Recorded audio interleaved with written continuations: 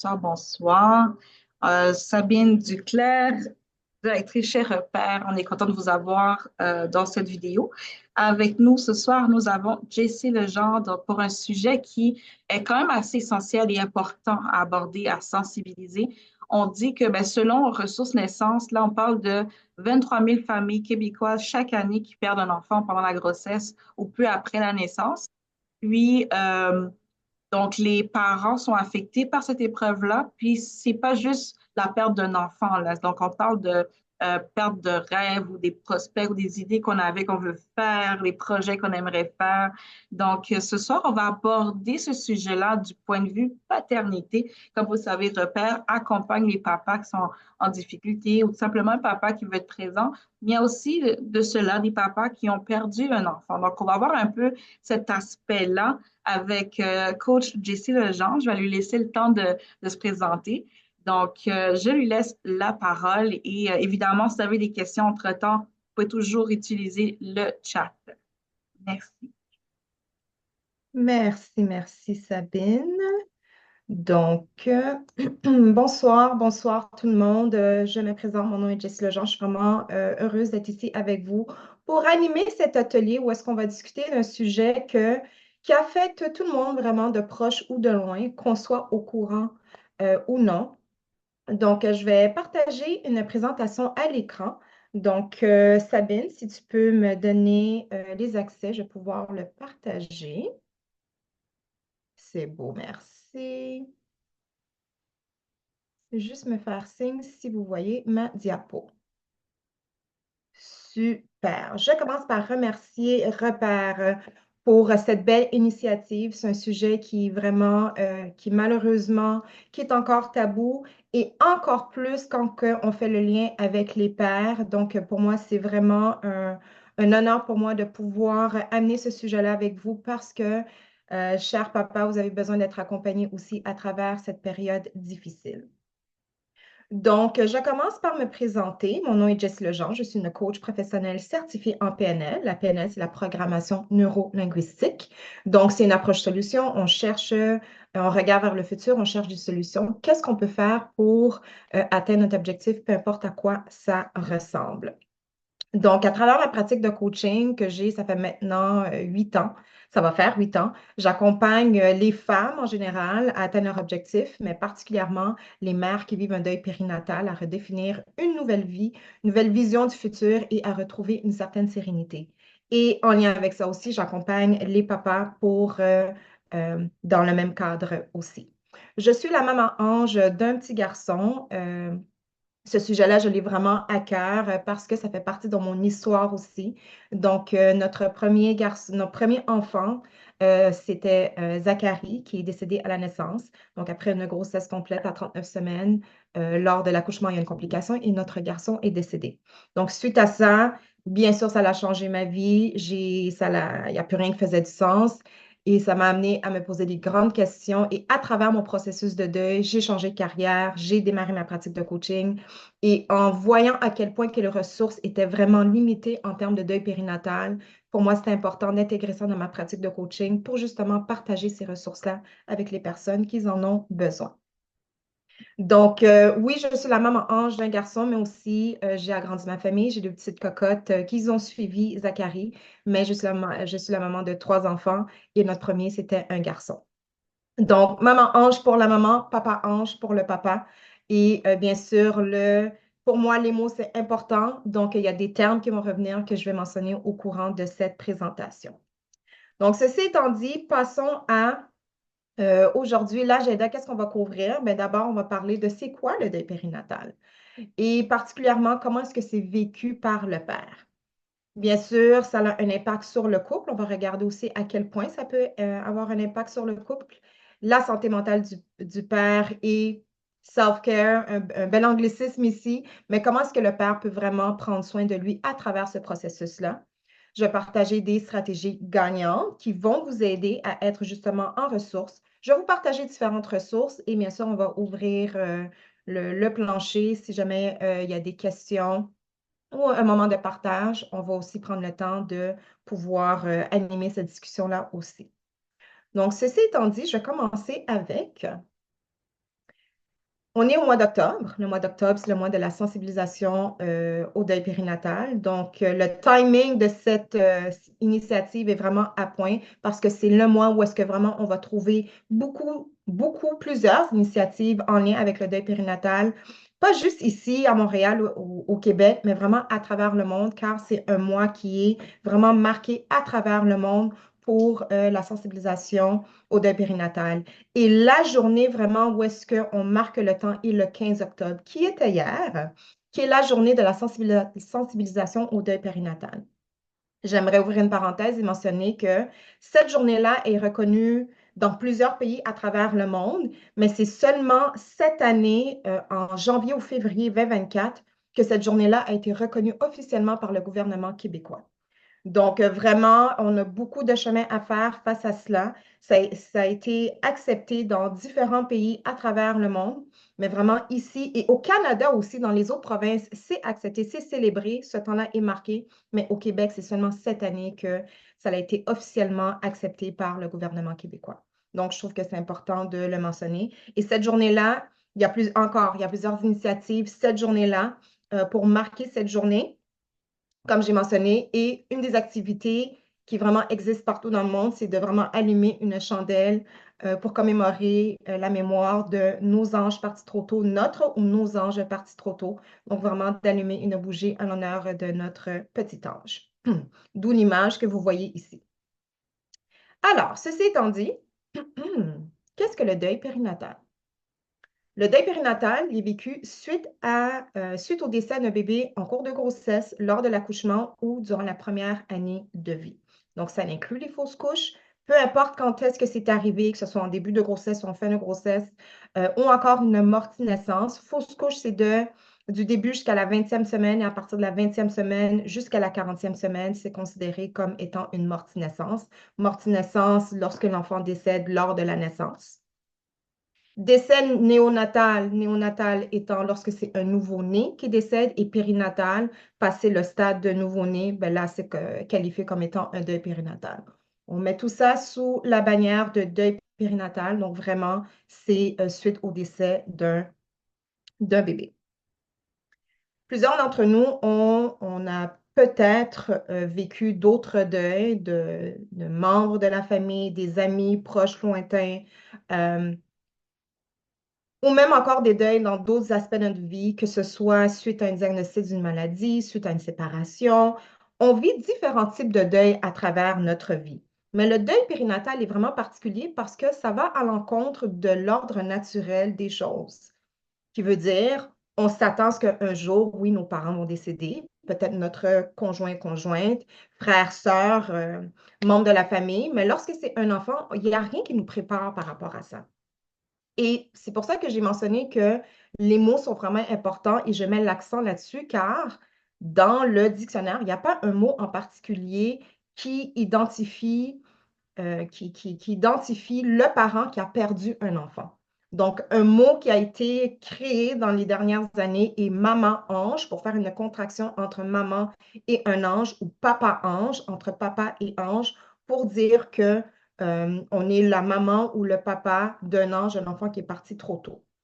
Il y a eu un débat à un moment donné où est-ce que c'était parents orphelins, mais là encore, ça colle pas vraiment parce que l'orphelin, il y a une étiquette pour un enfant qui a perdu un parent, mais l'inverse, juste pour montrer à quel point que vraiment ça dépasse vraiment tout entendement qu'on n'est jamais préparé à ça. Donc, pour revenir au deuil, on connaît grosso modo les 5 étapes du deuil. Donc, ça commence par vraiment le choc. La personne, l'enfant n'est plus. Donc, on a le choc de la situation. Il y a une période de déni où est-ce que non, non, non, c'est impossible d'avoir une erreur. C'est pas vrai. Donc, vraiment, c'est comme si on n'arrive pas à se faire une tête alentour de cet événement, de cette tragédie. Et ensuite arrive la colère, le marchandage. Vraiment, c'est comme, OK, non, non, c'est impossible.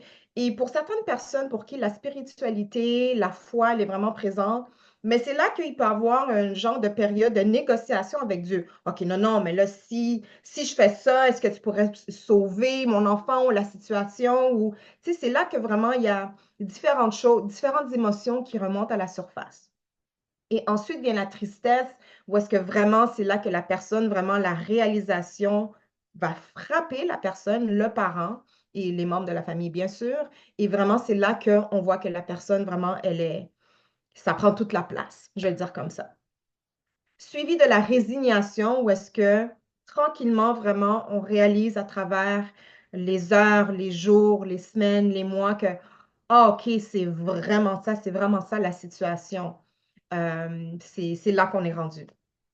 Acceptation, qui est la dernière étape du deuil, moi, j'aime dire l'intégration. Parce que ce qu'on peut vraiment accepter que notre enfant n'est pas là, il y a certains parents pour qui c'est difficile d'accepter, de vraiment utiliser ces mots-là parce que là encore, les mots sont importants. Donc, il y a pour certains parents que acceptation, tu sais quoi, je vais jamais accepter que mon enfant n'est pas là. Mais d'intégrer l'expérience, d'intégrer que, OK, il est arrivé ça, mon enfant n'est plus là et je suis rendu ailleurs dans ma vie, on va intégrer l'expérience. Et ensuite arrive la phase de reconstruction où est-ce qu'on va rebâtir sa vie, où est-ce qu'on va aller de l'avant. Peu importe ce que ça signifie, que ça veut dire qu'il y a d'autres enfants ou non, changement de carrière ou non, peu importe, c'est la reconstruction. Ça, c'est la théorie que j'aime dire du deuil. Bien sûr, il y en a qui disent il y a 5 étapes, il y a 7 étapes, il y a 9 étapes, peu importe. Ça, c'est la théorie du deuil. Voici ce qui se passe vraiment. Ça ressemble à ça. Donc, un jour, c'est le choc. Là, à un moment donné, c'est la colère. Là, après, c'est le marchandage. Là, après, c'est la tristesse. Puis, c'est vraiment, ce n'est pas linéaire. C'est ce que je veux montrer à travers cette illustration-là. La partie à droite que vous voyez de l'image. Donc, lorsque c'est présenté en théorie, le deuil, c'est qu'on commence par le choc, et ensuite c'est le déni, ensuite c'est la colère, ensuite c'est la tristesse, et ainsi de suite. Mais la réalité, c'est que lorsque ça arrive, tu peux avoir un moment où est-ce que tu penses, OK, ça va, j'ai pas pleuré dans la dernière heure ou la dernière journée, et ça va relativement bien. Et là, il va arriver un élément déclencheur, un commentaire. On va arriver face à quelque chose qui va nous ramener un souvenir. Et là, c'est comme, c'est reparti. C'est vraiment des montagnes russes d'émotions. C'est vraiment, ce n'est pas linéaire. Et ça, c'est important de, de mettre en perspective que non ce qu'on regarde de l'extérieur, quelqu'un qui le vit, les gens ne comprennent pas pourquoi c'est autant difficile, mais il faut comprendre encore qu'il n'y a rien qui prépare un parent à ça. Donc, la vague d'émotions qui va venir, la façon aléatoire où est-ce que ça va se présenter, c'est normal. Donc, même si ça peut amener de la frustration de mais je pensais que ça allait bien, mais pourquoi là maintenant tout d'un coup, j'ai les émotions en fleur de peau? Mais c'est parce que la date d'anniversaire s'en vient. C'est parce que Noël s'en vient. Parce qu'il y a un événement marquant qui s'en vient. C'est parce qu'on avait des rêves et là, on se rend compte, ah, mais il aurait commencé à garderie. Et là, il n'a pas commencé à garderie. Et là, ça ramène une vague d'émotions.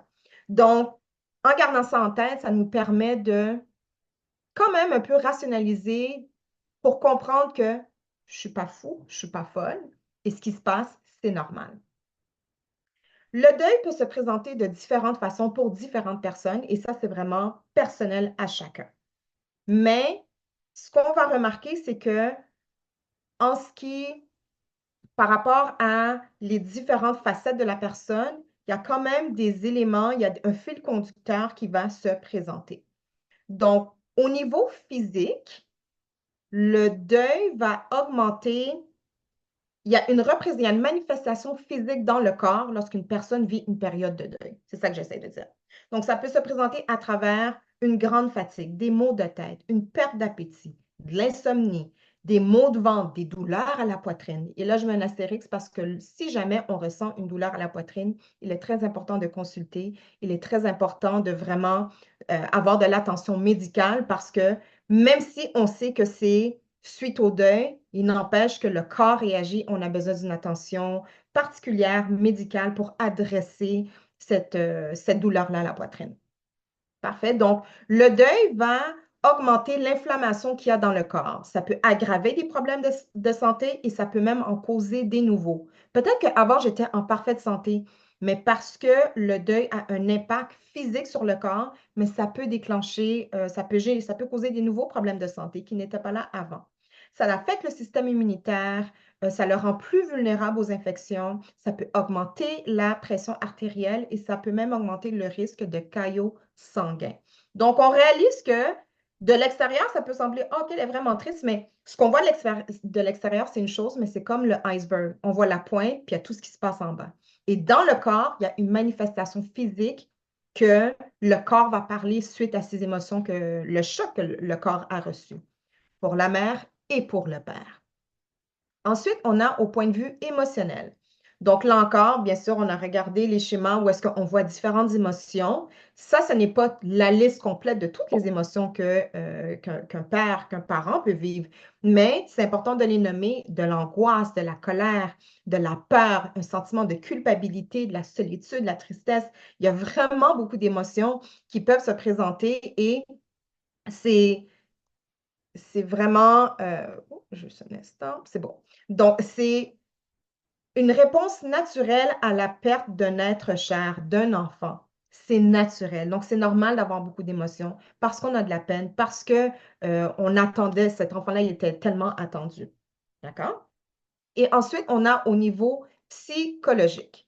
Donc, il peut y avoir de la confusion, la tendance à ruminer, c'est les mêmes il y a l'expression québécoise qui dit, tu sais, as le piton collé. Tu ressasses toujours les mêmes idées. Tu as toujours la même chose qui trotte dans la tête. OK, mais il est arrivé telle chose. Peut-être que c'est un moment en particulier qu'on va toujours revenir sur la même chose. Lorsque la personne vit un deuil, c'est important de vraiment faire la distinction entre deuil et dépression.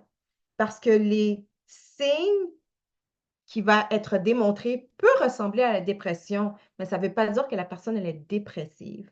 Et si on n'arrive pas à faire la distinction entre les deux, mais on va encourager papa à vraiment aller consulter, on va poser des questions, on va l'encourager à vraiment aller chercher de l'aide parce que la ligne, elle est quand même mince. Parce que lorsqu'une personne vit un deuil, la personne, elle est triste, oui, mais il va y avoir des petits moments où est-ce que on va faire peut-être une petite joke, la personne, elle va rire elle va être capable de profiter de différents moments de bonheur, même si c'est bref, même si c'est comme une parenthèse qui ne dure pas longtemps, mais elle va être capable d'être, OK, oui, c'est correct, on va aller prendre une marche, on va aller prendre un verre, on va aller voir un film, puis on va quand même trouver un moyen de s'amuser. Mais lorsque la personne, elle est dépressive, peu importe ce que tu fais, non, elle pleure tout le temps, l'énergie est down, l'émotion, elle est vraiment, tu sais, c'est lourd. C'est comme le nuage noir qui se promène au-dessus de la tête de la personne. C'est vraiment comme ça. Donc, c'est pas parce que la personne, elle est triste que ça veut dire qu'elle est dépressive.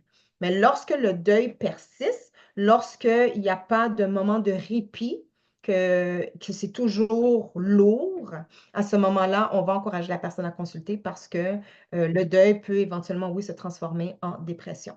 Il peut y avoir une appréhension du futur. Là, vraiment, ça sort de nulle part. On ne l'a pas vu venir. Donc, à quoi ressemble le futur? On est pris de court et justement, on a peur. Il peut y avoir une anxiété de séparation.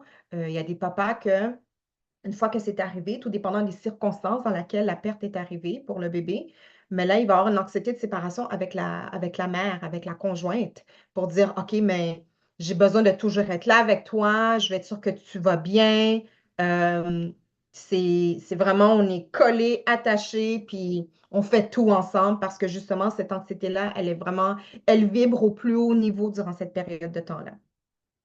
Et ressasser le passé, toujours être dans le passé, qu'est-ce qui s'est passé, comment ça s'est passé, pourquoi ça s'est passé. Vraiment de toujours, pas juste ruminer les mêmes idées, mais d'être comme coincé dans cette période de temps-là. Bien sûr, ça, ce n'est pas la liste exhaustive, mais ça permet vraiment d'avoir des bonnes pistes pour identifier comment est-ce que le deuil peut se présenter pour une personne. Alors, on va continuer avec... Ta, ta, ta.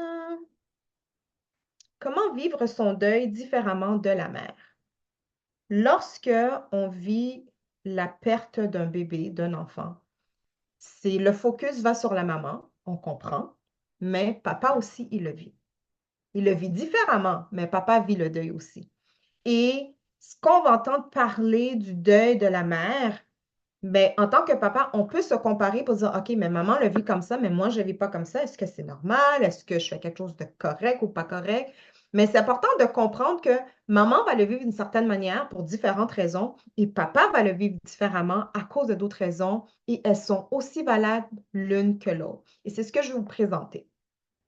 Donc, si on regarde pour comment vivre son deuil différemment de la mère, d'abord, j'ai commencé par les différences entre les expériences qui sont vécues.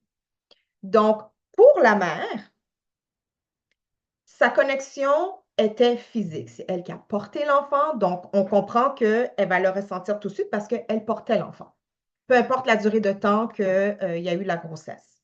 Sa connexion, elle est plus intense parce qu'elle a vu son corps changer, elle a senti le bébé bouger, elle a peut-être eu des symptômes. Donc, suite à la perte, ben, son corps va vivre un changement hormonal qui va grandement affecter son état émotionnel et ça va intensifier son deuil. Donc, c'est pas juste le côté émotionnel, mais il y a l'impact aussi du physique. Ça, c'est pour la maman. Mais pour le papa, la connexion émotionnelle, elle se fait différemment parce que bien sûr, il a vécu différemment, mais pour lui, c'était l'anticipation de la venue de l'enfant. C'était les préparatifs à la venue de l'enfant. C'était, OK, bon, on va monter sa chambre, je vais monter son lit, je vais faire ci, les différentes actions qu'on va monter, je vais essayer de trouver comment on met ce siège de bébé-là en arrière. Tu sais, c'était ça, les gestes que papa montrait. Et peut-être, il touchait le ventre de maman, il lui parlait, il entendait le battement de cœur, l'accompagnait à ses rendez-vous. Donc, tout ça, c'était comment que papa créait son lien avec l'enfant. Donc, suite au fait que son expérience est différente, ben, le deuil va se présenter différemment. Et c'est plus rattaché à la vision du futur qui incluait le bébé. C'est les rêves qu'on chérit pour l'enfant. OK, c'est tel enfant, on a des rêves pour cet enfant-là. Qu'est-ce qui va arriver quand il va avoir 1 an, les activités qu'on va faire ensemble. Tout ça fait partie, dans le fond, de l'illustration que le père se faisait dans la tête. Donc, bien sûr, ça, c'est des grandes différences. Ensuite, je vais passer à la différence dans l'expression des émotions. Donc, il y en a qui vont s'exprimer ouvertement et il y en a qui vont internaliser les émotions.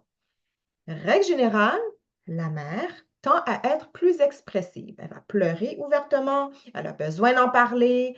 C'est une façon pour elle de vivre son deuil. Tandis que pour le père, ben, ça peut être différent. Là, bien sûr, c'est pas parce que c'est maman qui le vit qui veut dire que papa ne va pas le vivre, mais là, on va aller dans les grandes tendances. OK? Donc, pour le père, règle générale, les pressions sociales, OK, c'est papa, on est fort, on est stoïque, puis les émotions, on est fort, on est capable d'en prendre. Mais ça, c'est comme c'est un couteau à double tranchant parce que justement, ça rajoute un poids additionnel pour le papa. Les différences de tempérament, bien sûr. Peut-être que papa est très expressif ou peut-être que papa est plus, comme que j'aime dire, low profile. Il garde à l'intérieur, à la base, mais là, il va encore plus internaliser ses émotions. Et on va rajouter en plus que là, on voit notre partenaire qui vit quelque chose hors de notre contrôle, qu'on ne peut pas enlever, on ne peut pas atténuer sa douleur. Tout ce qu'on veut, c'est prendre soin d'elle, c'est de la protéger et on ne peut pas le faire parce qu'il est arrivé ce qui est arrivé. Donc, le partenaire, le papa, souvent, il va internaliser ses émotions. Donc, de l'extérieur, il peut sembler que ben, il gère bien son deuil, ça va bien. Mais en réalité, peut-être qu'il le vit même plus intensément parce qu'il n'y a juste pas l'opportunité de l'exprimer ouvertement. Mais tout se passe, tout bouillonne à l'intérieur. Donc, ensuite, on a la mentalité, le troisième point, qui est la mentalité monsieur mode solution. Donc, là encore, si on regarde maman qui va chercher la validation en partageant son expérience, en partageant ses émotions. Puis là, je ne vais pas tomber dans les stéréotypes, mais en règle générale, les femmes sont plus relationnelles. Et c'est comme ça vraiment que ça va l'aider à gérer son deuil, de vraiment exprimer ses émotions. Elle veut savoir qu'elle n'est pas la seule à le vivre. Parce qu'il y a 1 femme sur 4 qui vit ce deuil-là, mais malgré ça, elle se sent seule. Donc, en parlant à d'autres personnes, c'est comme, OK, je ne suis pas la seule. ce que je vis présentement, c'est pas dans ma tête, je suis pas folle, c'est normal. Et la mère, elle a besoin d'être rassurée par rapport à ça. Tandis que pour le père, ben, de son côté, comme j'ai dit tout à l'heure, son côté protecteur va prendre le dessus. Donc, prendre soin de la mère, qu'est-ce que je dois gérer, qu'est-ce que je dois faire, est-ce qu'il y a d'autres enfants qu'on doit s'occuper qui sont là? Donc, je prends le relais parce que maman, elle est encore en postpartum et euh, vraiment envahie par le deuil et pas nécessairement fonctionnelle. Donc, tu sais, la routine, elle a pris le dessus et les choses continuent quand même à avancer et papa prend la relève. Donc, il doit retourner au travail, peut-être qu'il doit faire des arrangements funéraires. Il y a, tu sais, vraiment, la routine prend le dessus. Donc, à ce moment-là, le focus n'est pas sur les émotions, mais vraiment de prendre toute cette énergie-là et de le canaliser dans l'action. OK, je vais le prendre, puis je vais faire quelque chose avec. Ça peut tomber dans la distraction pour vraiment, tu sais, pas trop y penser, mais en même temps, c'est sa façon à lui d'être vraiment d'être dans l'action et de faire quelque chose. Le quatrième point est de vivre son deuil chacun à son rythme. Oui, je parle de la mère où est-ce que la combinaison entre la période postpartum et la douleur émotionnelle va faire que le deuil est beaucoup plus intense au début pour la mère. Et en plus de ça aussi, il y a des rappels continuels au fil du temps. C'est pas juste après le début, puis après c'est fini. Non, non, non. C'est moi, lorsque j'accompagne justement les mères et même les parents, et moi, je leur dis la première année, c'est très intense. Pas pour dire que les années suivantes ne le seront pas, mais la première année, c'est la première fois que tu vis chaque saison, chaque événement, chaque chose que le but était de le faire avec l'enfant. Donc, la première fois qu'on célèbre la fête des pères, la fête des mères, Noël, Pâques, toute occasion qu'on avait hâte de partager avec l'enfant, les traditions qu'on voulait inclure l'enfant dans cette tradition-là, à chaque fois qu'il va arriver un événement comme ça, mais ça ne fait que raviver le fait, la blessure que mais notre bébé n'est pas là, notre enfant n'est pas là. Donc, tous ces rappels-là peuvent être des éléments déclencheurs qui vont justement raviver cette émotion-là. Donc, c'est pour ça qu'on dit que pour la mère, elle va le vivre plus longtemps et plus intensément, mais ça continue après aussi. Tandis que pour le père, mais lui, il va le vivre un peu plus tard. C'est une expression émotionnelle qui est retardée. Ça peut se venir des semaines ou même des mois plus tard. Pourquoi? Parce que maman va peut-être un petit peu mieux. Elle est sortie peut-être un peu de sa torpeur, j'aime dire, du choc, du déni. Et là, elle est peut-être un peu plus fonctionnelle. Donc là, la pression rebaisse un peu pour papa. Et là, c'est comme, ah, je peux souffler un peu. Je ne suis pas obligée d'être en mode action, mode solution. Et c'est là qu'on voit que pour le papa, il va se permettre de justement euh, flancher un peu, de s'exprimer, de pleurer, de démontrer sa frustration parce que là, il sent qu'il peut se le permettre parce que maman va un peu mieux. Et parce qu'il y a une différence dans ce processus-là, ben là, ça peut causer des frustrations dans la relation parce que, OK, mais moi, je vais mieux, comment ça, toi, tu brailles? Puis c'est vraiment ça qui peut arriver dans les discussions entre les parents parce que là, maintenant, au début, c'était papa qui prenait la relève. Maman n'allait pas bien. Et là, maintenant, maman va un peu mieux. Puis là, papa se permet. Et là, maintenant, c'est comme on n'est pas sur la même longueur d'onde. Et ça peut causer des frictions et c'est normal. Et on va y revenir à qu'est-ce qu'on fait dans ce cas-là. On continue avec demander de l'aide. On est dans un couple, on est différentes personnes, on a différentes visions de la vie, différentes approches. Notre relation à demander de l'aide ou non, ou la facilité à demander de l'aide ou non, ça aussi, ça peut avoir un impact. Donc, pour la mère, là encore, elle recherche la connexion émotionnelle. Donc, elle va demander à sa famille, avec ses amis, elle va trouver des groupes de soutien, elle va connecter avec d'autres mères qui ont vécu aussi la même chose. Donc, ça, c'est pour l'aider à justement mieux vivre son deuil. Tandis que pour le père, mais c'est plus, il va aller plus vers la solitude ou encore il va justement canaliser son énergie dans des activités. Donc, que ce soit le travail ou un passe-temps ou il va aller se défouler au gym ou va couper le gazon à chaque 2 jours. Ça, je l'ai vu. Un papa qui coupait le gazon à chaque 2 jours. Le gazon ne pousse pas si vite que ça, mais c'était sa façon à lui de vraiment sortir de sortir, tu sais, ses émotions, de vraiment le mettre dans quelque chose.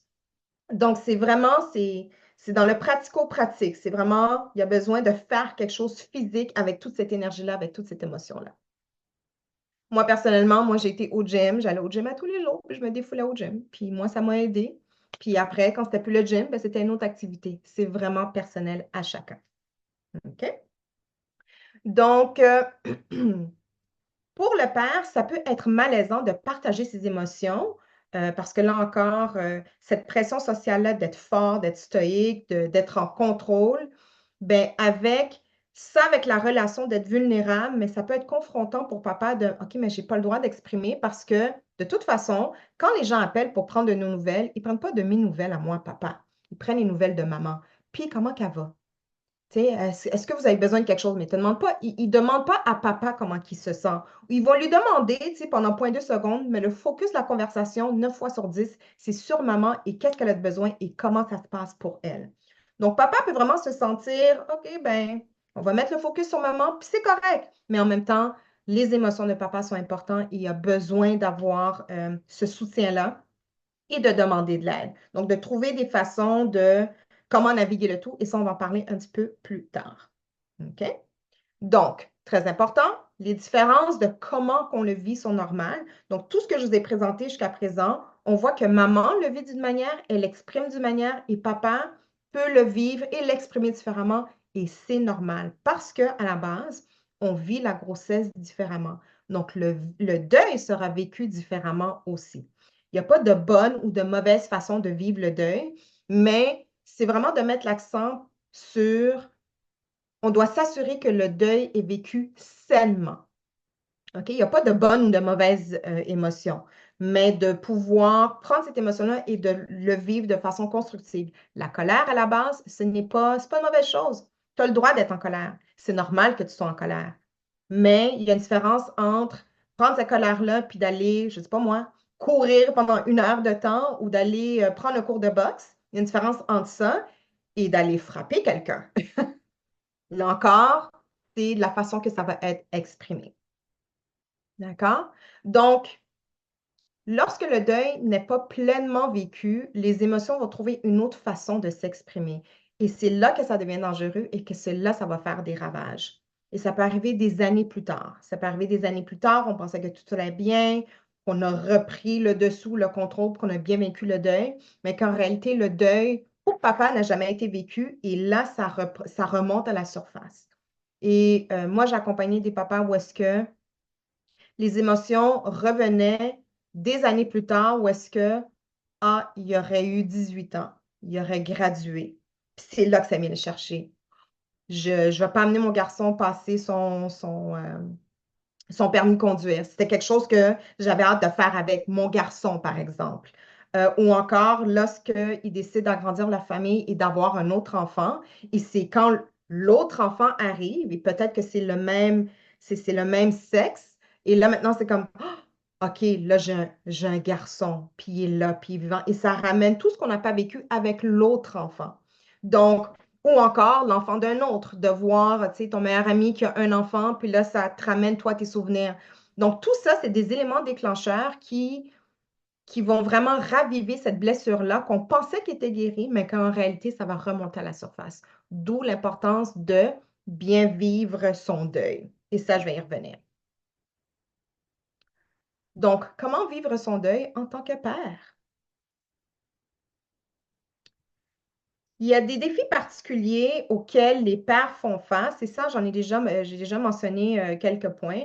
La première étant les pressions sociales, d'être un homme, en guillemets, d'être fort, d'être stoïque, de vraiment, tu sais, de montrer qu'on a le contrôle, puis que je prends soin de maman, puis que tout est sous contrôle et tout va bien, mais qu'à l'intérieur, ça bouillonne, puis je ne connais pas le haut en bas, droite de gauche, j'ai de la misère. Et ça, justement, pardon, ça fait en sorte où est-ce que ça va rajouter un niveau de complexité pour que papa puisse se donner la permission de vivre pleinement ses émotions, justement, parce que, mais est-ce que j'ai vraiment le droit? Parce que la société me démontre directement ou indirectement que je devrais être correct. On assume que je suis correct. On assume que je vais bien. Maman va pas bien, puis c'est normal, entre guillemets. Mais pour papa, c'est comme, OK, salut, ça va? Oui. Mhm. OK, ouais. Puis comment qu'elle va? Donc, on passe déjà, tu sais, déjà là, ça démontre à quel point que la place de la mère dans le deuil est mis plus en priorité que celui de papa parce que justement, le focus est mis sur la mère. Ensuite, un autre défi, c'est la difficulté de trouver du soutien adéquat qui va adresser les besoins du père. Là encore, les ressources sont quand même minimes. Il y en a plus qu'avant, mais on a encore du chemin à faire, bien sûr. Et justement, on va voir qu'il n'y a pas nécessairement des... Il existe des groupes de soutien où est-ce que c'est exclusivement pour les pères, mais il n'y en a pas beaucoup. Il y en a encore moins que pour les mères. Donc, ça fait que de trouver quelque chose qui est vraiment adéquat à ma situation, qui adresse mes enjeux, comment que moi je le vis, ça peut faire en sorte à ce que le père soit encore plus réticent à chercher de l'aide parce que je vais consulter. Moi, j'ai déjà un père qui m'a mentionné, qui m'a dit, ben finalement, j'ai eu le courage de demander de l'aide, de trouver quelqu'un, de demander, tu sais, de consulter un professionnel. Et pendant le premier 30-40 minutes, c'était juste des questions par rapport à, puis comment va maman? Comment va maman? Qu'est-ce qui se passe? Comment tu l'aides? Comment tu la supportes? Mais papa était là pour lui, pour qu'il puisse finalement pouvoir exprimer et d'avoir des ressources pour l'aider à mieux gérer son deuil. Mais bon, clairement, ce n'était pas un bon fit. Mais justement, ça fait en sorte que papa est encore plus réticent à demander de l'aide et aussi de se sentir comme si son deuil est secondaire. Donc, le deuil et maman prend plus de place, c'est plus important. On veut s'assurer que oui, elle va bien, mais que papa, il n'y a pas nécessairement la place, le droit, la permission de lui vivre pleinement parce que la vie continue, il faut retourner travailler, et ainsi de suite. Donc, à ce moment-là, justement, je l'ai mentionné plus tôt, le deuil va se manifester de différentes façons. Il y a différentes émotions qui vont se présenter. Colère, frustration. Un rien va le frustrer, un rien va l'énerver. Comment ça ne fonctionne pas? Comment ça, je dois appeler puis je dois entendre en ligne? J'appelle service à la clientèle et ça fait comme 3 fois que je dois appeler pour le même problème et je suis à ça de péter ma coche. Donc, en temps normal, papa est super patient. Papa est vraiment, il n'y a rien qui l'énerve. Mais là, dernièrement, la mèche est un petit peu plus courte. Mais une raison pourquoi la mèche, elle est plus courte. Le retrait, l'évitement, l'isolation. Donc, vraiment, peut-être quelqu'un papa était plus social. À chaque vendredi, on sortait en gars, on allait prendre un verre, décompresser de la semaine. Et là, maintenant, ça fait 3-4 fois qu'il annule. Il veut plus y aller, ça ne tente plus. Il est là où il est plus, tu sais, dans son coin. Il ne va pas nécessairement parler comme qu'avant. On voit vraiment qu'il y a un changement. Il va éviter des situations, soit des situations familiales, où est-ce qu'il va avoir d'autres parents, d'autres enfants, d'autres appels, où il va éviter certaines situations. La dépression. La dépression, comme j'ai mentionné plus tôt, vraiment va se pointer le bout du nez où est-ce que, OK, là, ça va vraiment pas bien. Ce n'est pas juste de la tristesse, c'est vraiment plus profond. Ça prend vraiment plus de place. Et les activités ou les initiatives qui amenaient du bonheur, du plaisir dans le passé, ça ne fait plus plaisir. Avant, aller prendre un verre avec ses amis, c'était le fun. Plus maintenant. Aller regarder une game de hockey, avant ça faisait plaisir, plus maintenant. Les simples bonheurs de la vie qui amenaient du plaisir n'amènent plus du plaisir. Ça, c'est un signe que vraiment, il se passe quelque chose de vraiment plus profond. Un détachement, vraiment. Et le détachement, il est, comment je peux dire? Tu sais, il faut faire attention avec ça parce que la personne peut sembler comme si ça y passe 6 pieds par-dessus la tête, il n'y a rien qui le dérange, c'est comme, tu sais, vraiment, il n'y a rien qui le dérange. Mais ce détachement, ça peut être une façon de se protéger. Ça peut être une façon de vraiment anesthésier ses émotions où est-ce que je suis tellement déconnectée, je suis tellement pas là, je suis tellement pas là que ça fait trop mal. Et ça, dans le fond, c'est quelque chose que vraiment j'ai croisé où est-ce que Papa est fonctionnel, il va travailler, il fait ce qu'il a à faire, il s'occupe de la maison, il coupe le gazon, il sort les poubelles, il sort le recyclage. Mais quand tu lui parles, la personne qui était là avant et la personne d'aujourd'hui n'est pas la même personne. Il n'est pas là, il est détaché, il est déconnecté. Parce qu'il est déconnecté de ses émotions, parce que justement, ça faisait trop mal. Il n'y a pas eu les ressources, l'espace, la permission pour vivre ses émotions, pour gérer ses émotions. Et à un moment donné, il y a comme une coupure qui s'est faite ou est-ce que pour se protéger, justement, ben, il y a un détachement. Donc, c'est pas que papa s'en fout, c'est pas qu'il veut rien savoir, mais c'est juste une façon pour s'aider à gérer ses émotions.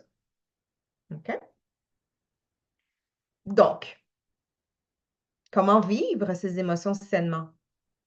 Ben, des initiatives comme ici, où est-ce que justement, il va y avoir il y a un espace qui est créé où est-ce qu'on peut s'exprimer librement. C'est un espace rempli de bienveillance, dans le non-jugement, où est-ce qu'on peut vraiment s'exprimer et partager ce qu'on vit et qu'on n'aura pas le commentaire de d'autres personnes qui sont peut-être mal à l'aise, qui ne savent pas quoi dire et qui vont dire quelque chose de maladroit, qui peut blesser.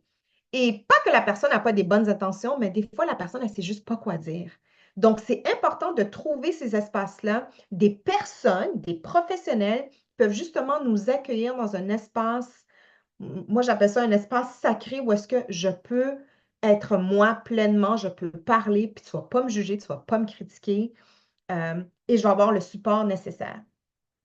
Une autre façon où est-ce qu'on peut vivre ses émotions sainement, c'est l'écriture. Il y en a pour qui, bon, parler, verbaliser comment on se sent, c'est peut-être un petit peu plus difficile. Donc, à ce moment-là, de pouvoir l'écrire, mais ça a vraiment un effet thérapeutique. Le journaling, parce que vraiment, on va canaliser ces émotions-là, ou est-ce qu'on va le mettre sur papier, puis quitte à prendre le papier après, puis le froisser ou le déchirer en mille morceaux, ou de le brûler le papier, mais vraiment de pouvoir canaliser là encore ces émotions-là et de faire quelque chose avec. Et l'écriture thérapeutique est quelque chose qui peut être très aidant aussi.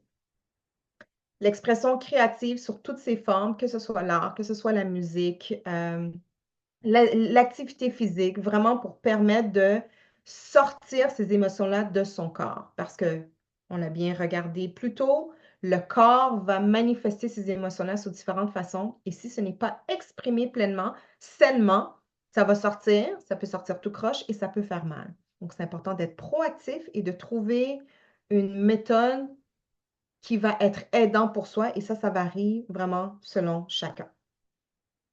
On encourage le père à exprimer le trop-plein d'émotions de façon productive, de façon saine. Il y en a qui vont soit construire quelque chose, ils vont créer, ils vont bâtir un item commémoratif pour le bébé, planter un arbre, faire un jardin, créer un banc, de vraiment faire quelque chose où est-ce que je prends mes mains puis je vais bâtir quelque chose en son honneur. Donc ça, c'est vraiment une belle façon de vraiment marquer la présence de cet enfant-là dans notre vie, dans notre famille, et que c'est vraiment en l'honneur de cet enfant-là qui est parti trop tôt. Une autre façon est de parler avec d'autres pères endeuillés. Lorsque maman va dans un groupe de soutien, 9 fois sur 10, c'est vraiment majoritairement, c'est les femmes qui vont y aller, mais il y a les papas qui vont se présenter aussi. Et pour l'avoir moi-même vécu, où est-ce que le 90% du temps, moi, j'allais seule au groupe de soutien, mais une fois de temps en temps, mon conjoint se présentait avec moi. Et lorsqu'il y a un ou deux ou trois papas, quand il y a deux, trois papas qui sont là et qui commencent à parler, toutes les mamans ont le même réflexe. On va les laisser parler. Parce que lorsqu'ils sont là, ils écoutent. Le fait d'entendre une autre mère partager son expérience, mais ça l'aide aussi à mieux comprendre pourquoi sa femme dit ce qu'elle dit et comment qu'elle le dit, pourquoi la mère le dit comme ça. Et d'entendre un autre père exprimer son expérience, mais là aussi, ça va l'aider à valider son expérience personnelle. Donc, il y a vraiment quelque chose de magique qui se passe quand que les pères se parlent entre eux parce qu'ils sont comme, OK, moi aussi. Je me sens vue, je me sens reconnue, mon expérience, elle est valide, c'est pas juste moi, je suis pas trop, je suis pas trop, mes émotions, c'est normal. Donc, et s'il y a des émotions qui montent puis qu'on pleure, c'est correct aussi parce que c'est normal que tu pleures, c'est normal que tu as de la peine parce que c'est vraiment difficile ce qu'on vit. Donc, de parler avec d'autres pères endeuillés, même si le besoin n'est pas aussi présent ou il ne prend pas autant de place que la mère. Mais moi, j'encourage les papas à assister. Pas besoin d'y aller à chaque mois, pas besoin d'y aller tout le temps, même si c'est une fois ou deux, de pouvoir expérimenter ça, justement, mais ça fait son chemin et ça amène le père à évoluer dans son processus de guérison parce que justement, de partager cette conversation-là avec un autre père permet justement de le rassurer que c'est pas juste dans ma tête. C'est correct d'être vulnérable. C'est normal que je me sens comme ça. C'est normal que je suis en colère. C'est pas juste moi. Tout ça, c'est très important. Je vais passer à la prochaine diapo où est-ce qu'on va parler bien vivre son deuil. Alors, pour le père, toi qui écoutes ça ici ce soir, je vais commencer par dire c'est important de faire preuve de patience et de compassion envers soi. Donc, si on a tendance à passer à d'autres choses, si on a tendance à mettre ça sur la glace, si on a tendance à faire comme si de rien n'était, ça ne marche pas quand c'est le deuil. C'est important de vraiment faire preuve de patience que, ben, comment ça, j'ai encore de la peine, comment ça, c'est encore lourd, comment ça, c'est encore difficile, ben, c'est normal. Puis on le vit chacun à notre rythme. Donc, si pour toi, tu sais, il n'y a pas de date d'expiration pour vivre un deuil, il n'y en a pas. Il y en a que, oui, ça peut prendre 3 mois, entre guillemets. Il y en a que c'est 6 mois, il y en a c'est un an, il y en a c'est 10 ans. C'est personnel à chacun. Donc, il faut vraiment faire preuve de compassion envers soi. Ça dure le temps que ça va durer parce que c'est ce que toi, tu as besoin et c'est correct. Vivre le deuil à sa façon, donc pas selon les attentes des autres ou de la société. Non, non, non, tu devrais retourner travailler. On t'a proposé un projet additionnel au travail parce que tu es tellement bon, tu es capable, mais toi, tu sais que tu n'as pas l'énergie, t'as pas l'énergie mentale présentement. Il se passe trop de choses, puis tu as juste besoin de prendre ça un petit peu plus relax présentement et non pas de te lancer à fond la caisse dans un gros projet au travail. Ben, c'est pas les attentes des autres, mais c'est ce que toi, tu as besoin. Qu'est-ce que tu as besoin dans ce moment-là? Parce que c'est un moment, ça ne sera pas toujours comme ça, mais pour le moment que tu vis présentement, qu'est-ce que tu as besoin, toi, et non pas ce que les autres te disent. Non, non, non, tu vas être correct. Non, non, non, passe à d'autres choses. Les commentaires qu'on va recevoir, n'est-ce pas? Donc, de vraiment se donner l'espace nécessaire. Euh, de vivre ses émotions et non pas de les refouler. Oui, c'est correct de canaliser nos émotions dans des activités, dans construire quelque chose. OK, je travaille, OK, je m'occupe de la maison, de la routine, couper le gazon, sortir le recyclage. Oui, je fais ça, mais la ligne, elle est mince entre s'occuper des choses et de se distraire. Et on se distrait tellement que on ne vit pas le deuil, on ne vit pas ses émotions. Et là encore, la ligne, elle est très mince. Donc, il faut vivre ses émotions et non pas les refouler. Et ce que ça veut dire, c'est que quand ça remonte, c'est de trouver les bonnes personnes à qui en parler. C'est pas tout le monde qui sait quoi dire. C'est pas tout le monde qui a la capacité de t'accueillir dans ce moment-là. Donc, peut-être que oui, mon frère, oui, mon meilleur ami, oui, mon cousin, oui, mon père, oui, mon ami que ça fait, tu sais, c'est mon ami d'enfance. Mais en réalité, il n'a jamais vécu. Il ne sait absolument pas quoi dire. Il est tellement mal à l'aise, il fait juste des jokes. Il veut m'amener comme virer une brosse ou prendre de la boisson, tu sais, à chaque vendredi. Mais moi, ça ne m'aide pas. Donc, de vraiment trouver des façons, des personnes avec qui on est en sécurité et on peut exprimer ses émotions-là. C'est pas tout le monde qui peut le faire. Et même si on aimerait ça que ça soit notre père, notre frère, notre meilleur ami, notre cousin, ainsi de suite, mais s'ils n'ont pas les ressources nécessaires pour le faire, à ce moment-là, il faut aller à l'extérieur et trouver les bonnes personnes. Papa, il faut trouver un équilibre entre prendre soin de soi et prendre soin de l'autre. Donc, surtout au début, mode protecteur, on veut prendre soin de maman, on veut s'occuper d'elle, euh, au détriment des fois de sa personne et de son deuil, où est-ce qu'on le met de côté, mais à force de le mettre de côté, là encore, ça va nous rattraper. Donc, de trouver un équilibre. OK, elle va bien, tu sais, tout est sous contrôle. Peut-être sa mère ou sa soeur ou sa meilleure amie va venir passer du temps avec elle. Moi, je vais aller pendant une couple d'heures, puis je n'ai pas besoin de m'inquiéter parce que je pense à elle, puis es-tu correcte toute seule à la maison? Non, non, elle est partie chez sa mère. ou sa sœur est venue, tu sais, passer du temps avec elle, que moi, je peux aller prendre une marche puis pas m'inquiéter. Moi, je peux aller passer du temps avec des amis ou me changer les idées et vraiment prendre ce moment-là où est-ce que c'est moi et mes émotions et comment que je me sens et qu'est-ce que j'ai besoin. Donc, c'est pas magique. Il n'y a pas une formule magique pour ça. Il y a pas une recette pour dire il faut faire exactement A, B, C, D, mais de vraiment trouver qu'est-ce qui fonctionne pour vous, de vraiment trouver euh, qu'est-ce que ça veut dire, trouver l'équilibre. Mais ça, c'est vraiment essai-erreur et de trouver qu'est-ce qui fonctionne pour vous. Demander de l'aide et de savoir l'accepter. Parce que des fois, on va recevoir de l'offre de l'aide de notre entourage, de nos amis, ainsi de suite. Mais on n'est tellement pas habitué que je ne sais même pas comment dire oui, je ne sais même pas comment l'accepter, je suis tellement mal à l'aise, je ne sais même pas comment dire oui pour accepter de l'aide. Je veux, mais là encore, il y a un malaise. Donc à ce moment-là, oui, c'est un travail, ça nous amène à faire un travail sur soi aussi lorsqu'on vit des moments difficiles, où est-ce que non seulement on voit qui est vraiment là pour nous offrir du soutien, mais aussi on voit à quel point que ça peut être difficile pour nous de demander de l'aide et d'accepter de l'aide. Donc, à ce moment-là, que ce soit, OK, là, on est tanné de manger, tu sais, tu sais, de manger de la pizza ou du McDo à tous les jours. Donc, toutes les matins, nous proposent de nous amener de la bouffe. Oui, merci. Tu peux nous amener un plat, tu peux le laisser en avant de la porte, tu peux juste sonner, tu me le donnes, puis après, tu sais, la personne peut partir. D'accepter l'aide. On a d'autres enfants, puis on est brûlé, on n'arrive pas. Est-ce que tu peux aller chercher les enfants à l'école, puis tu sais, peut-être les prendre, tu sais, une heure pour venir les chercher après le souper. Ça va nous aider, puis juste nous permettre de nous ressaisir avant de faire la routine du soir avec les enfants. De trouver le soutien émotionnel qu'on a de besoin, que ce soit dans l'entourage, parce qu'ils sont outillés pour ça, à travers des initiatives comme celle-ci ce soir, le webinaire qui est mis sur pied par Repère, ou encore de trouver de l'aide psychologique qui sont qui savent accompagner les gens avec l'enjeu de deuil. Parce qu'il y a des professionnels qui sont vraiment spécialisés dans ça et qui peuvent accompagner. Parce qu'en bout de ligne, non seulement on veut de l'écoute sans jugement, mais on veut les outils nécessaires aussi pour pouvoir nous supporter à travers ce moment-là. Donc, on a beaucoup parlé jusqu'à présent. Je prends une pause pour dire, on a parlé de, OK, c'est quoi le deuil? Comment ça se présente différemment pour le père, pour la mère? Comment vivre son deuil en tant que père?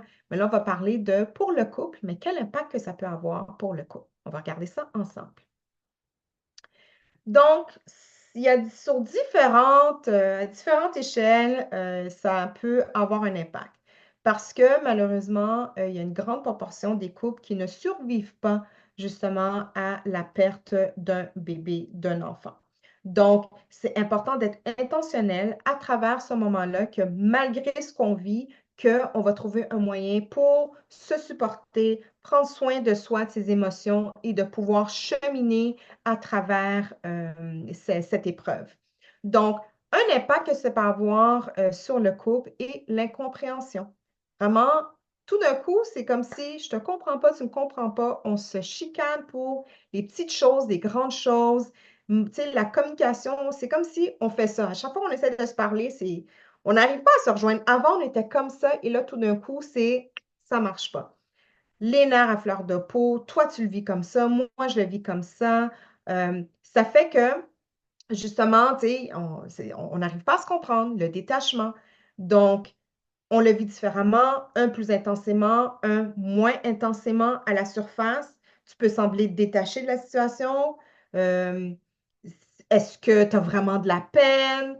Euh, Tout ça va vraiment affecter parce que moi, je suis là, puis je pleure toutes les larmes de mon corps et toi, tu as l'air comme si il n'est rien arrivé. Ça peut créer la frustration, ça peut créer de la friction dans le couple.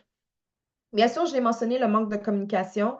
Donc, de tirer des conclusions, de voir quelque chose et OK, mais ça veut dire si, de ne pas oser verbaliser ce qu'on a de besoin, ce qu'on aimerait, ou j'ai vu quelque chose, j'aimerais ça que tu clarifies parce que moi j'ai l'impression que c'est ça, mais est-ce que c'est vraiment ça? Parce que les lignes de communication ne sont pas ouvertes, ça fait en sorte justement où est-ce que ça crée de l'incompréhension. Il peut y avoir du ressentiment, il peut y avoir du blâme. ressentiment envers que ce soit le corps, tu sais, le corps médical, que ce soit envers soi-même parce qu'on se sent, tu sais, on se blâme soi-même parce qu'on se sent coupable. Si j'avais fait X, si j'avais fait Y, peut-être qu'on aurait pu éviter la situation. Tout ça, ça se passe à l'intérieur, bien sûr, mais parce que moi, je porte ce fardeau-là, où est-ce que ça va affecter comment je vais interagir avec mon partenaire? Ou est-ce qu'avant, j'avais tendance à aller vers la personne, mais parce que j'ai du ressentiment, parce que j'ai de la colère, parce que je me blâme moi-même, mais ça va faire que je vais peut-être garder mes distances parce que peut-être qu'elle aussi, elle pense la même chose par rapport à moi. Donc, c'est ça en tant que tel, ça ne semble pas tu sais, ça n'a pas l'air d'être quelque chose qui, tu sais, de vraiment grave, mais quand on le rajoute à tout ce qui se passe, mais c'est là que ça fait un effet boule de neige et que là, ça a un impact sur le couple. Ça a un impact sur l'intimité aussi, l'intimité émotionnelle, l'intimité physique. Bien sûr, pour maman, il y a le changement du corps, les hormones euh, et la connotation entre avoir des relations égale bébé, on vient de perdre un bébé, est-ce que je veux? Donc, tout ça va affecter comment est-ce que le couple va pouvoir maintenir ou pouvoir se reconnecter dans leur intimité de quand même continuer à se toucher de façon même non sexuelle parce que justement, non, il y a comme un blocage qui se fait et justement, ça va créer cette distance-là entre les partenaires. Il est très important de vivre le deuil ensemble. Donc oui, de se donner l'espace pour chacun le vivre comme qu'on a besoin de le vivre et en même temps, de pas juste le vivre chacun de son côté, mais aussi de venir ensemble et de le vivre ensemble, car nous sommes les parents de cet enfant et de pouvoir faire des initiatives ou de poser des gestes ensemble pour commémorer cet enfant-là qui est passé dans notre vie, que ce soit à travers une messe, que ce soit à travers un objet commémoratif, une cérémonie quelconque, de marquer le 15 octobre ensemble. De le nommer à travers, dans la famille ou à travers les différentes traditions qu'on vit, de vraiment s'assurer que oui, chacun, on le vit comme qu'on a besoin de le vivre individuellement, mais qu'on se donne l'espace aussi de le vivre collectivement en tant que parents. Ce n'est pas un ou l'autre, mais c'est les deux ensemble qui font partie de l'équation. Très important.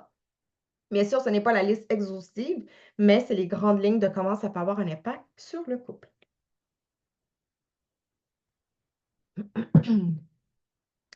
On continue avec la santé mentale et le self-care. J'aime cette image ici de la bouteille qui remplit le verre d'eau. Lorsqu'on ne peut pas donner ce qu'on n'a pas, si on n'a pas de place, si on ne fait pas le ménage, on ne peut pas accueillir du plus beau, si on ne peut pas se vider de cette émotion-là, si on ne peut pas relâcher notre peine, on ne peut pas accueillir d'autres choses. Donc, c'est important de prendre soin de soi, c'est important de se nourrir sainement, c'est important de vraiment remplir notre coupe pour être capable de justement être capable de transcender cette expérience, cette épreuve qui est d'avoir perdu un enfant. Donc, pour la santé mentale, bien sûr, il y a différents impacts. Donc, l'impact émotionnel, bien sûr, on en a parlé plus tôt. Donc, différentes émotions, sentiment de culpabilité, un sentiment d'échec, se sentir impuissant face à la situation. Je regarde ma douce que je veux protéger et là, maintenant, je ne peux pas la protéger. Elle a de la peine et je ne peux rien faire pour la rassurer, la réconforter. Et ça a vraiment un impact sur papa parce que justement, je me sens dépourvue face à la situation et il n'y a rien que je peux faire pour aider ma partenaire. La colère, la tristesse, mon deuil qui est non reconnu parce que le focus est sur la mère et moi là-dedans, tout ça, ça a un impact sur la santé mentale de papa, bien sûr. Et ça a un impact sur d'autres sphères de sa vie. Donc, même si c'est émotionnel, mais ça va avoir un impact sur ses autres relations, au travail, sa performance. Ça a un impact dans toutes les sphères de sa vie. Reconnaître son deuil.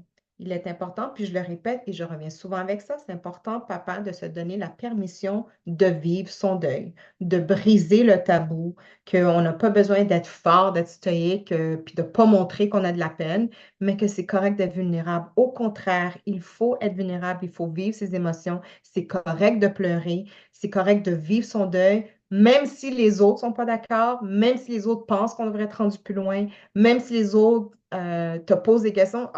Ah, tu brailles encore? Oui, je pleure encore parce que j'ai de la peine. Et c'est normal d'avoir de la peine.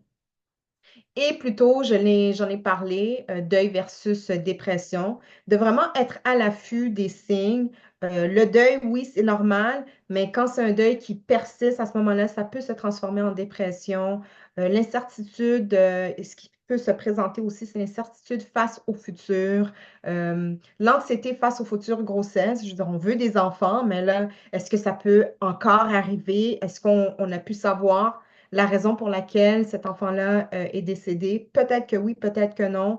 Et là, maintenant, s'il y a une anxiété qui se présente face à cela parce que je ne sais pas si ça va arriver encore dans le futur, est-ce qu'on va être capable de faire ça? Est-ce que moi, je vais être capable de faire face à une autre perte possible?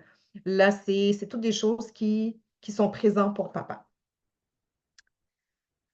Alors, on parle de stratégie gagnante, j'en ai déjà parlé un petit peu plus tôt, mais on continue. Parler de son deuil. Même si ça peut sembler un petit peu malaisant, je ne suis pas habituée, mais c'est important de parler de son deuil.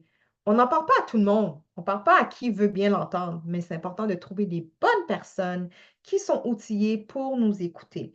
Parce que si on parle à quelqu'un qui n'a pas les outils, ça peut faire plus de dommages qu'on aurait pu penser. Euh, la personne peut avoir les bonnes intentions, mais souvent les gens sont maladroits parce qu'ils ne savent pas quoi dire, ils sont mal à l'aise. Donc, très important de trouver les bonnes personnes pour justement parler de son deuil. De trouver des activités physiques, créatives ou commémoratives pour justement relâcher ses émotions parce que justement, ça va aider à justement canaliser ses émotions, de faire quelque chose de concret dans le pratico-pratique et ça va aider justement à le sortir de notre corps, comme que j'aime bien dire. Important de maintenir sa routine.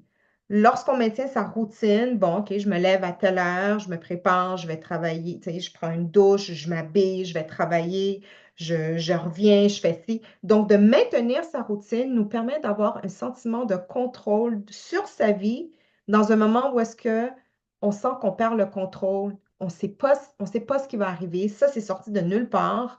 Je ne sais pas ce qui est arrivé, je ne sais pas qu'est-ce qui va arriver demain.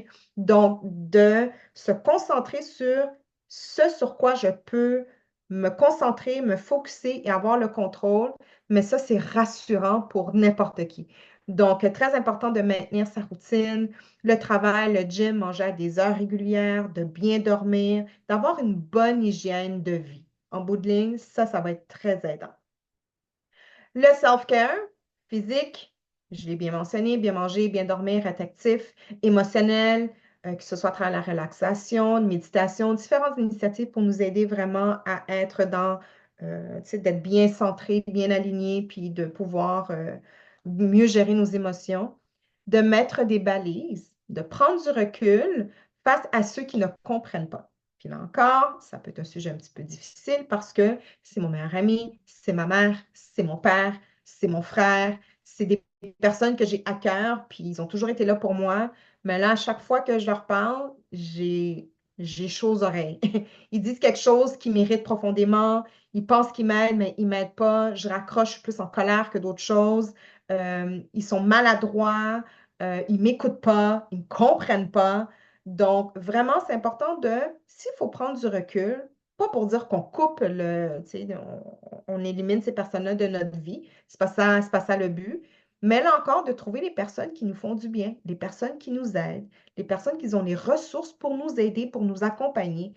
Donc, si maman ne comprend pas, on prend du recul. Si le frère, il est comme un petit peu maladroit, tu sais quoi, on va slacker un peu avant d'aller prendre tu sais, une bière à chaque vendredi. On va limiter l'accès à certaines personnes. On va dire non à certaines invitations. Parce que si à chaque fois qu'on a un souper de famille, il y a l'oncle un tel ou la tante une telle qui va toujours passer un petit commentaire, tu sais, comme par rapport, très blessant, qui rentre le couteau dans la plaie, puis que à ce moment-là, c'est pourquoi se mettre dans des situations où est-ce qu'on sait, on va sortir plus en colère, plus blessé, plus triste. Donc, si pendant un certain temps, une période de temps, on évite certaines situations, mais pas éviter pour je ferme les yeux, ça n'existe pas, mais parce qu'on sait que ce n'est pas bon pour notre bien-être mental d'être dans cette situation-là, c'est correct pendant un certain temps pour dire, je mets une pause sur les soupers de famille. Je ne m'isole pas complètement, je ne suis pas toute seule chez moi, mais c'est juste que parler avec mon oncle et ma tante, ça me fait vraiment pas du bien. Donc, je vais prendre une pause d'interagir avec eux, juste le temps que je me ressource un peu. D'alléger ses responsabilités. Ici, je suis impliquée dans 32 comités, 10 CA, euh, le club social au travail. Je m'entraîne pour un marathon. On va alléger nos responsabilités, vraiment de rester à l'essentiel et vraiment se concentrer sur qu'est-ce que j'ai besoin maintenant. Et plus tard, quand je vais être rendu plus loin, mais là, je pourrai reprendre les activités qui font du sens pour moi. Bâtir son réseau. Donc, de demander, de trouver les personnes, de demander de l'aide, de trouver les personnes qui sont vraiment outillées pour nous aider. Puis ça, là, ça ne prend pas un diplôme, hein? Ça ne prend vraiment pas un diplôme. Donc, au fil de la conversation avec la personne, portez attention à comment vous vous sentez durant la conversation et une fois que vous raccrochez. Donc, si à chaque fois que je parle avec un tel, j'ai la boule dans la gorge, je me sens en colère, je me sens pas entendue, je suis frustrée. C'est peut-être pas la bonne personne à qui en parler. Mais quand que je parle avec l'autre, oh wow, j'ai l'impression que, tu sais, elle a tout compris, elle pouvait compléter mes phrases, elle comprenait exactement. Puis peut-être qu'elle a vécu, peut-être que la personne n'a pas vécu, mais on se sent vu, entendu et compris. Mais ça, c'est des signes que ça, c'est une bonne personne à qui parler. Il y a des groupes de soutien qui existent. Il y en a pour les papas aussi. Dans l'ère technologique, dans le monde virtuel, je veux dire, des groupes Facebook, il y en a à toutes les sauces de nos jours, dans toutes les langues. Donc, de vraiment trouver quelque chose qui vous convient, qui répond à vos besoins pour justement vous accompagner durant ce moment-là que vous vivez présentement. Ou peut-être que vous l'avez vécu dans le passé, peut-être que ça remonte à quelques mois ou quelques années, mais que là maintenant, vous ressentez les émotions remonter et ça peut être de façon ponctuelle que vous décidez, ah, j'ai besoin de parler à du monde maintenant, puis après c'est correct, puis je passe à d'autres choses.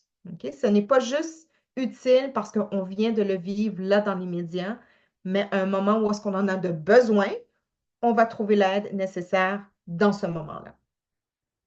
Thérapie, accompagnement, spécifiquement par rapport au deuil, je veux dire, je parle ici, on est dans la province de Québec, on a l'Ordre des psychologues. Lorsque vous allez sur le site web, vous pouvez faire des recherches et vous pouvez vraiment cocher vos critères et dire ce qui vous parle, ce que vous avez de besoin, est-ce que vous voulez un homme, une femme, les enjeux en particulier que vous voulez adresser. Ben, c'est possible pour vous de cocher deuil. Donc, de vraiment trouver de l'aide psychologique avec un intervenant qui est outillé pour vous accompagner avec cet enjeu-là spécifique et ça l'aide. Si ce n'est pas nécessaire, c'est correct aussi, mais sachez que les outils existent face à ça.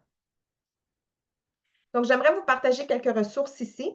Donc, si on regarde l'organisme Parents Orphelins ici dans la grande région de Montréal, donc ils ont différentes initiatives, ils ont différents cafés où est-ce que je me sens que c'est une fois par mois, où est-ce que vraiment euh, c'est ouvert, vous allez vous présenter, vraiment on s'assoit, puis vraiment on peut discuter. Il y a les Relevailles, qui est un organisme aussi basé à Montréal. Lui, il est plus dans l'est de l'île de Montréal, qui offrent aussi un groupe de soutien qui se rencontre aussi une fois par mois. Pour la région de Québec, il y a l'organisme Les Perséides, que eux aussi, ils ont plusieurs initiatives qu'ils organisent. Il y a la Fondation Montbourquette, Jean Montbourquette, très connu ici au Québec. Il a écrit des livres aussi par rapport au deuil. À la Fondation, si vous allez sur le site fondationmontbourquette.com, vous allez trouver vraiment une liste de ressources qui peut être aidant. J'ai mentionné plus tôt les groupes Facebook. Donc, à travers différentes recherches, je trouvais ce qui vous convient. Un podcast que j'aimerais, il y a plusieurs podcasts bien sûr, mais un en particulier que j'aimerais partager avec vous, c'est le podcast Les Impudiques. C'est un épisode qui est un podcast qui est en français, qui a été enregistré ici à Montréal. Et le deuxième épisode, c'est le témoignage de deux pères qui justement partagent comment ils ont vécu cette épreuve-là de perdre leur petit ange. Vraiment très touchant, mais c'est une belle conversation franche rempli d'émotions, où est-ce qu'on entend deux papas qui partagent comment ils l'ont vécu. Qui est rare, souvent c'est maman qui va parler, mais d'avoir le témoignage de deux pères, c'est quelque chose que j'ai vraiment trouvé super. Disponible, moi je l'ai trouvé sur Spotify, je pense qu'il doit être disponible aussi sur iTunes, mais sur Spotify, je vous confirme, hors de tout doute qu'il est disponible. Donc juste rentrer podcast Les Impudiques et vous allez voir l'épisode 2 pour le témoignage des deux papas. Donc, bien sûr, il y a vraiment beaucoup de ressources qui existent. Ça, c'est vraiment les grandes lignes. Mais comme je vous ai dit, juste faire une recherche et vous allez en trouver selon votre région spécifique où est-ce que vous êtes. Donc, bien sûr, j'aimerais vous ouvrir le micro. Si jamais il y en a qui ont des questions, des commentaires, qui aimeraient partager leur histoire, bien sûr, on est là pour ça. Avant de faire ça, ensuite, je vais arrêter le partage de l'écran. Je mets mes coordonnées ici si jamais vous voulez rester connecté. Donc, vous pouvez visiter mon site web à jessielejean.com et sur Instagram et Facebook, il y a Coach Jessie L, tout en un mot. Donc, ça va me faire plaisir pour moi de connecter avec vous. Donc, si jamais, je vais juste retourner ici à la liste de ressources. Je le remets ici si jamais vous voulez prendre une capture avec votre téléphone pour avoir les informations. Je laisse ici pendant 5, 4, 3, 2, 1 et voilà. Donc, je vous dis merci. J'arrête le partage d'écran et on retourne dans la grande salle. Et voici, et voilà. J'espère que ça a été aidant pour vous. J'espère que ça vous a permis d'être réconforté dans votre processus, de savoir que je ne suis pas le seul à le vivre comme que je le vis. Et même s'il n'y a personne d'autre qui comprend, juste le fait que vous le vivez, c'est normal parce que chacun le vit à sa manière.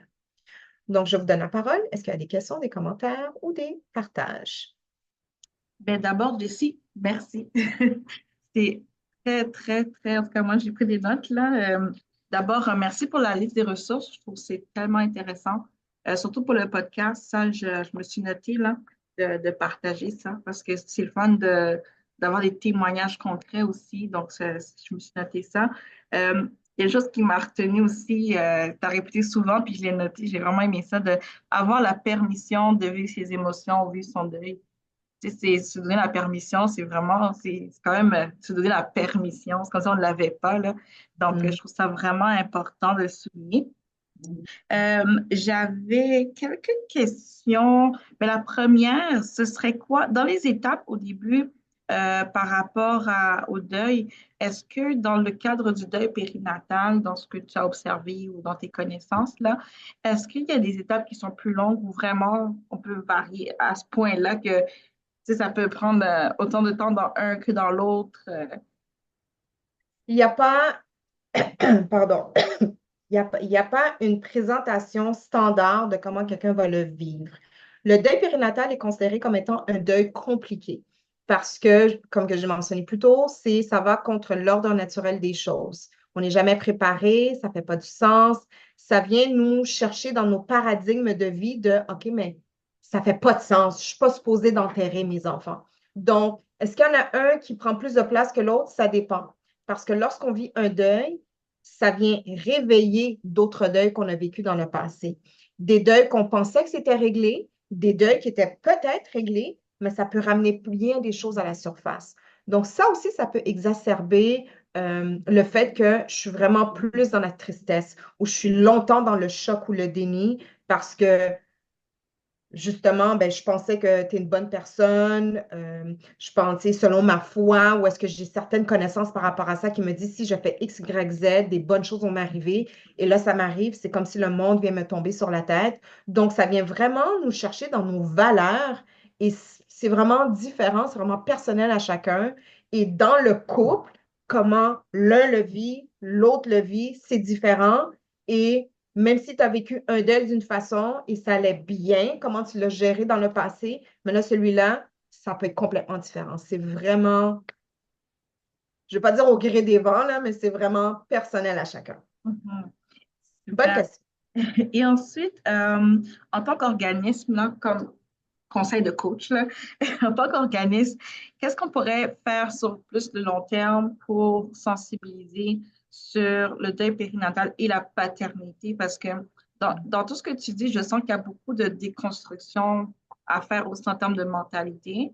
Mhm. Des gens qu'on en parle dans différents autres sujets, comme exemple la violence conjugale, les hommes aussi peuvent en être victimes, mais c'est toutes des choses à déconstruire aussi. Là, ça prend du temps avant qu'on se rende à cette réalisation-là.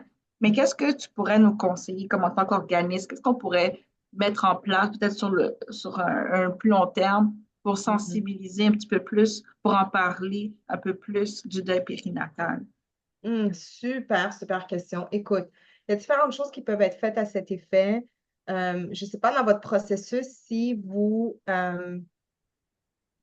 lorsque vous accueillez un nouveau membre, un nouveau père, et que vous lui posez des questions pour apprendre à le connaître, mais ça peut être une des questions que vous lui posez.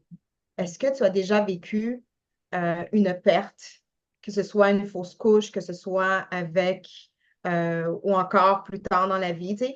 Parce que généralement, on ne va pas poser cette question-là. Parenthèse, en tant que femme, lorsque tu vas chez le médecin, il te pose bien des questions. Il te pose comme question, est-ce que tu as déjà eu des fausses couches, des avortements ou, tu sais, on te pose la question à une maman, mais on ne va pas poser la question à un père. Donc, pour vraiment l'accueillir dans toute son expérience, dans tout son vécu, c'est important de lui signaler, même s'il n'est pas encore prêt à en parler, mais de le signaler que, au cas où, si c'est quelque chose que tu as vécu, tu peux en parler ici. Puis même si on n'a pas les ressources ici, on a une liste de ressources où est-ce qu'on peut te référer. Je peux t'encourager à aller consulter justement parce que même si tu l'as vécu il y a 1 an avec ton ancienne partenaire, il y a 5 ans, tu es rendu avec 7 enfants, le deuil de cet enfant-là qui n'a pas été vécu, il a besoin d'être vécu. On a besoin de faire quelque chose avec ça. Donc, la première chose serait d'inclure ça dans les questions. Et même si la personne puis je vous avertis tout de suite, peut-être qu'il va dire non. Puis il va peut-être revenir plus tard pour dire, tu sais, tu m'avais posé la question, c'est en réalité, oui, c'est arrivé il y a X temps avec mon ancienne partenaire ou peu importe. J'y pensais même plus. Mais le fait d'avoir planté la graine va justement, pas que ça va rouvrir la blessure, mais ça va lui montrer que, ah, OK, vraiment, je peux vraiment parler de ça. Une deuxième chose, l'initiative que vous faites maintenant pour le 15 octobre, vraiment de continuer avec ça, que vous-même vous faites des ateliers ou que vous êtes en partenariat avec d'autres organismes, ça l'ouvre la porte à la conversation. Euh, Très important il y a plusieurs livres qui existent, il y a des blogs, je veux dire, maintenant, il y en a vraiment plus qu'avant, il y a encore du chemin à faire, mais même si c'est avoir une série de livres que vous pouvez offrir en référence ou même avoir sur place et de pouvoir prêter, ça aussi, ça peut aider. Il y a beaucoup de livres, il y a Les rêves envolés, il y a plusieurs livres de Jean Monbourquette par rapport au deuil périnatal. Donc, d'avoir une petite bibliothèque de livres par rapport à ça. Le site aussi de Sainte-Justine a beaucoup de ressources. Ça aussi, c'est un site que vous pouvez visiter. Puis euh, la dernière que je partagerai, c'est Sainte-Justine fait une campagne je ne vais pas dire financement, là, mais ils De font une sensibilisation? campagne. Ben, dans le fond, pour Noël, il y a le gros arbre qui est en avant de Sainte-Justine avec toutes les lumières de Noël. Mais en tant que parent, tu peux allumer une lumière pour ton enfant. Donc, tu peux aller en ligne, puis là, tu peux dire, OK, je prends une lumière pour mon petit Zachary, puis j'écris un petit message de maman et papa, puis tes petites sœurs, puis on a allumé une bougie pour notre enfant tu sais, c'est virtuel, mais il y a comme un aspect commémoratif où est-ce qu'on prend le temps dans le brouhaha des fêtes, parce qu'on est occupé, puis on va voir la famille, mais que cet enfant-là, on l'intègre dans notre routine, puis qu'on fait quelque chose avec, même si c'est pas à la maison, peut-être c'est à la maison, mais Saint-Justine offre ça aussi et ils le font Je pense qu'ils font aussi une cérémonie sur place au début du mois de décembre. Mais virtuellement, on peut aller sur le site puis on peut allumer une bougie pour notre enfant sur l'arbre de Sainte-Justine. Ça, c'est la version courte de tout ce qu'on peut faire parce que je peux en parler longtemps. Super, super. Puis, ça, c'est bon pour les ressources. Puis, Conseil de coach encore, un dernier. Qu'est-ce que tu dirais à un papa là, qui nous écouterait, qui sont en rediffusion? Un conseil, un mot d'encouragement là, à un papa qui vit cette situation-là actuellement. OK. Cher papa qui a vécu la perte d'un bébé, ta douleur, elle est reconnue, elle est importante. Peu importe quand est-ce que c'est arrivé, cette peine-là, tu n'es pas obligé de la traîner toute ta vie. C'est possible d'avoir le souvenir du bébé qui est présentement enveloppé de toute la douleur, toute la peine. C'est important de séparer les deux. C'est important de diminuer cette douleur-là et de garder le souvenir de bébé. Et ça, c'est pour maman comme pour papa, mais pour papa, c'est possible de le faire. Et il n'y a pas nécessairement de raccourci. On ne peut pas l'éviter. Il y a un travail qu'il faut qu'il se fasse une fois qu'il est fait, justement. Mais c'est là qu'on peut dissocier les deux puis de garder ce souvenir-là. Est-ce qu'on va toujours avoir de la peine? Oui, on va toujours avoir de la peine. Mais ça ne va pas prendre toute la place, puis on n'aura pas besoin de le refouler comme profondément en arrière, comme s'il n'est jamais rien arrivé. C'est possible d'être serein malgré la peine, malgré la perte, malgré cette douleur. Donc, je t'encourage, cher papa, si jamais tu n'en as jamais parlé, de trouver une personne de confiance à qui en parler. Que ce soit quelqu'un d'entourage, quelqu'un qui est outillé, un professionnel, de trouver quelqu'un à qui en parler. Et si c'est vraiment une démarche personnelle de l'écrire à travers l'art, d'aller se promener en forêt et de crier sa douleur, peu importe la façon qu'on le fait, de trouver justement une façon saine d'exprimer cette émotion-là parce que cette douleur-là, on n'est pas obligé de la traîner toute sa vie. C'est possible. Donc, c'est ça. Super, merci. Est-ce que d'autres personnes, allez-y, commentaires, questions? Oui, juste un petit commentaire. Merci pour ce commentaire-là. C'était très touchant. Je veux aussi te remercier pour la présentation. Je trouve que c'était très édifiant. Puis je trouve que c'était très adapté aussi à la réalité des pères qu'on reçoit ici. Mm. Je suis sûr que ça va beaucoup leur parler. Je t'en remercie. Merci Yannick, c'est vraiment apprécié. Je ne dirai jamais assez de toutes les demandes que j'ai reçues en lien avec le deuil périnatal. Vous êtes le premier organisme qui me demande spécifiquement pour les pères. Et ça mérite d'être mentionné, puis d'être souligné, puis d'être célébré parce que justement, ça confirme à quel point que la douleur des papas, elle est présente, elle a sa place, elle est importante parce que les mamans me le disent. Les mamans me disent, OK, mais peux-tu parler à mon mari? Mais c'est parce qu'il faut que les hommes ont cette place-là aussi pour pouvoir l'exprimer et le vivre et pouvoir le guérir. Donc, ce que vous faites, c'est vraiment magnifique. Chapeau, c'est super important. Puis, je suis vraiment contente qu'on ait pu faire cette initiative. Merci. Et à toi. Est-ce qu'il y a d'autres questions, commentaires? Je peux même prendre des plaintes. Il n'est pas encore 8 heures, c'est correct. Quelqu'un veut porter une plainte? Ah ben, il n'y en a pas d'autres.